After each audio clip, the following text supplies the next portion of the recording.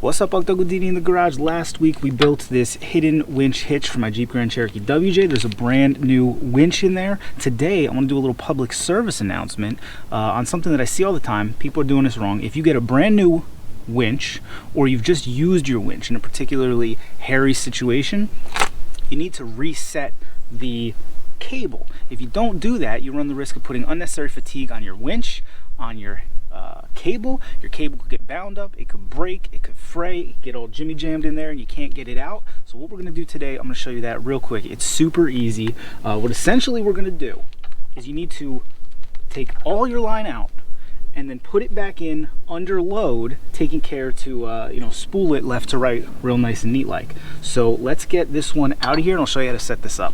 So here's the name of the game, and I'm going to tell you, if you got a brand new winch like this one, the winding, the cable wound around is not tight. It's very loose. So if you go to use it, the upper layers are just going to pull down into the inner layers and you're going to get all tangled up and bound up. The same thing could happen if you were pulling yourself out of a crazy hole at weird angles. You know, you got winch line all over the place, zigzagging back and forth. If you go to use that again next time, you're probably just going to jam it all together, and now you're going to have a solid piece of cable instead of one that you can actually use. So for this project, you obviously need a vehicle with a winch on it.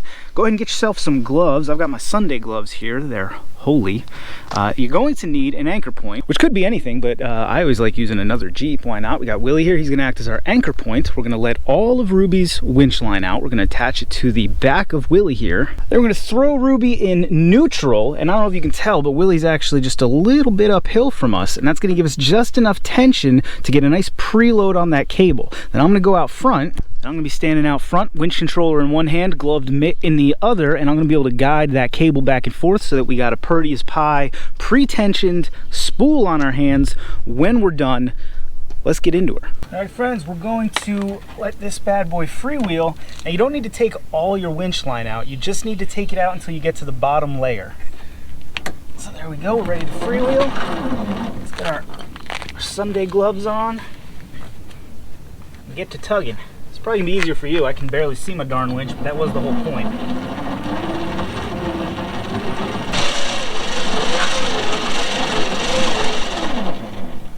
Alrighty, we're at the end of the road there. Lock this bad boy back up. Let's go get it linked onto Willie. Alright, this is gonna work out just nice. Everything parked dang near perfect. Clip right onto there, and let's get in Ruby and get this show started. All right, if you're in Lone Ranger mode like I am, you're gonna want to pop the driver's side window down so you can get to the old steering wheel here, but Ruby's in neutral. As you can see, there's tension on the line. It's time to light this candle. Let's get to her.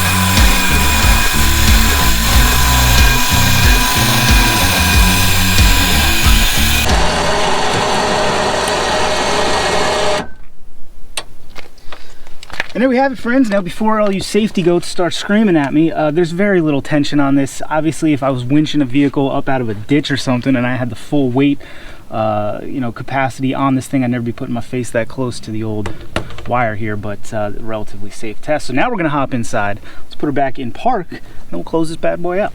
All right, friends, I know it's extremely hard to see. I kind of went out of my way to make sure this winch was as hidden as possible, but as you can see in there, we got a pretty nice wind on her. We're a little wonky over on this side, but that's not too bad. What we've effectively done now is there's some pre-tension on that cable so that if I go to pull on this, the upper layers are not going to constrict and pull and get jammed into the lower layers. That's what we're trying to prevent here.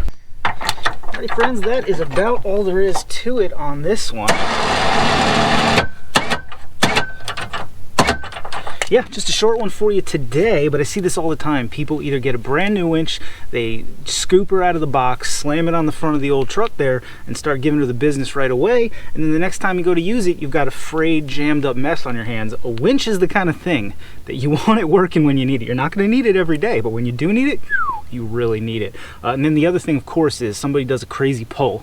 You were stuck down in a ditch and you're pulling out at some crazy angle, and naturally when your winch was going back in, it didn't go nice and pretty back and forth evenly, and then you go to use it again and it just compounds. Again, what we're worried about are the upper layers getting pulled into the lower layers, and now you just got a solid block of mess there. So let me comment down there in the squawk boxes. Let me know if you've ever had a winch issue like that. Let me know how you do this, because this is how you're supposed to do it. You link it up to your Jeep, you link it up to a tree, or do you just try to hold? I know a lot of people will just have their buddy hold it, but I feel like you're supposed to have a bit more tension than that.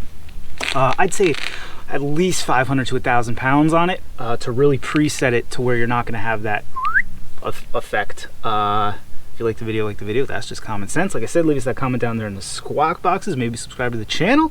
You could even go check out our website, monkeywithatoolbox.com. As always, thanks for watching.